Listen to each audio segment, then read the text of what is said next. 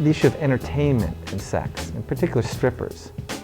And we looked at two different types of strippers.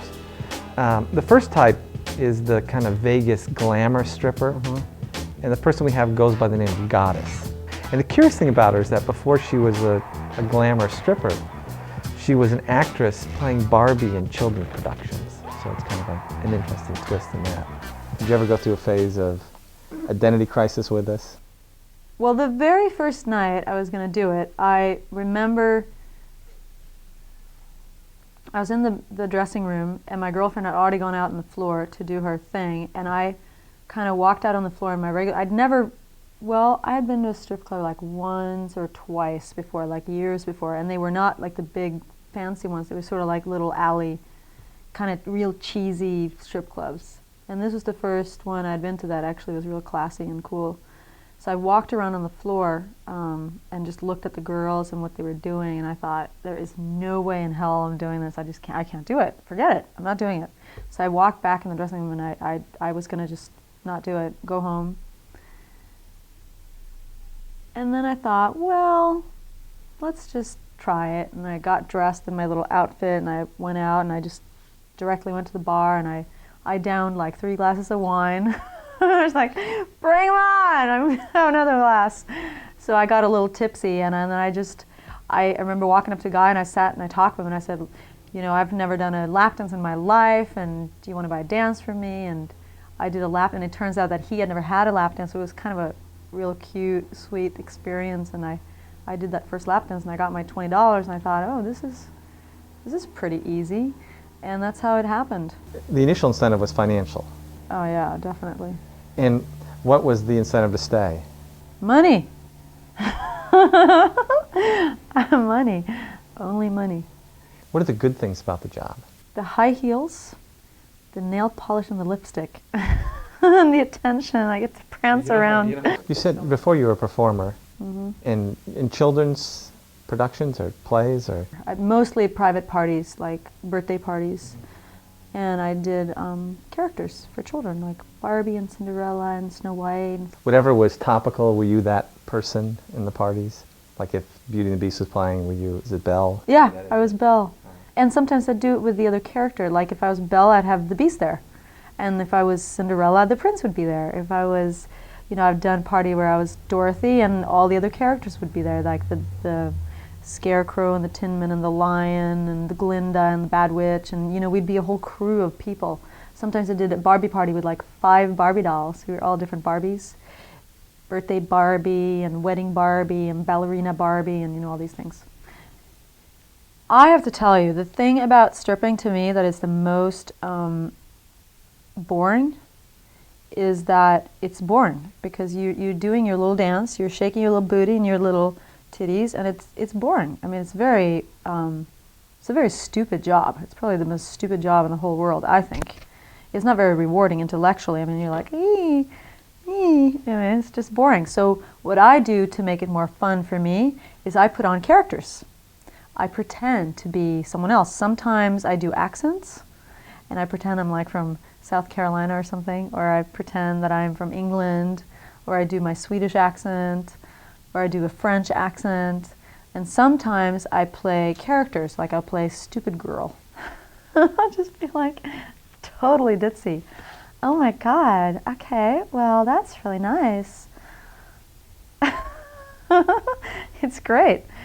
And so this is really to amuse you, yeah, rather than to amuse anyone else. It makes it fun for me to work, because I kind of laugh at myself and I have a better time.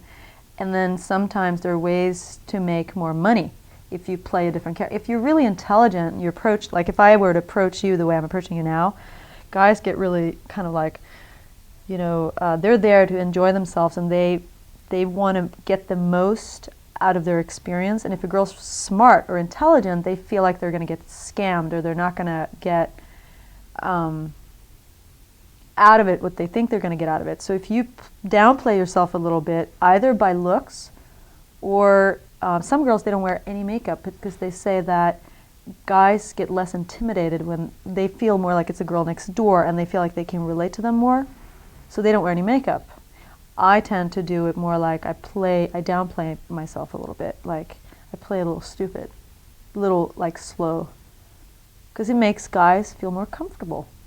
Does stripping intersect with prostitution in Vegas? Good question. Very good question. Oh, yes, of course it does. There are girls, obviously, always, who will cross the line to prostitution. What the cops, the Vice in Vegas, what they do is they go in undercover and they try to get the girls to go home with them. They offer them money and say, you know, would you go home with me for such and such money? And when they say yes, they just put handcuffs on them and they take them away right there. And people get busted all the time. But that's externally, so the police are trying to get women not to cross that line. But what about the women themselves? Do women come to stripping as a way of making those connections? Oh, I'm sure. I'm sure it happens all the time. I'm positive. I mean, I just know me, and I know some of my friends. I personally, I mean, you get asked every night. I mean, it's like, when I started stripping, a guy would say, well, hey, you know, would you come to my room? And I'd just be like, oh! And I'd go up to the bouncers and I'd be like, he asked me to go home with him. He was trying to, and you know, they'd throw him out. I'd make this big deal out of it, you know. And now I'm just like, whatever, and I just move on. I don't even bother, because it happens so much. I mean, you get asked all the time. All the time. And I get offered like tons of money. Tons of money. And you just have to have your own. I mean, I have my own, this is what I do and this is what I don't do. I dance and that's it. There are a lot of bachelor parties in the clubs, so I've danced for a lot of men who are about to get married. And I always feel different about that, because I don't want to be someone who's going to like interfere in someone's marriage. That feels really weird to me. But sometimes the boys are like, oh, come on, you know, take the stripper over there in that room and spend some time. And they're like, yeah, he's going to get a good time, you know, and they feel all excited. And the actual bachelor is more like, oh God, I got to do this, my friends, you know, it's more like their fun than his fun. So I'll go with a guy and, you know, they've paid me and left money to be with him for like 20 minutes or something. And I end up having these amazing conversations and just real heartfelt connections with these people. And we're just talking about their wives and their lives. And in the end, when I'm leaving, we're just hugging and we're like, oh, so nice to meet you. And it's like absolutely not sexual in any way, which is really trippy. And it was just all about the heart connection. And sometimes guys, they just want to have someone to be close to. They just want to have like that human touch or human connection with another person. It's not even sexual.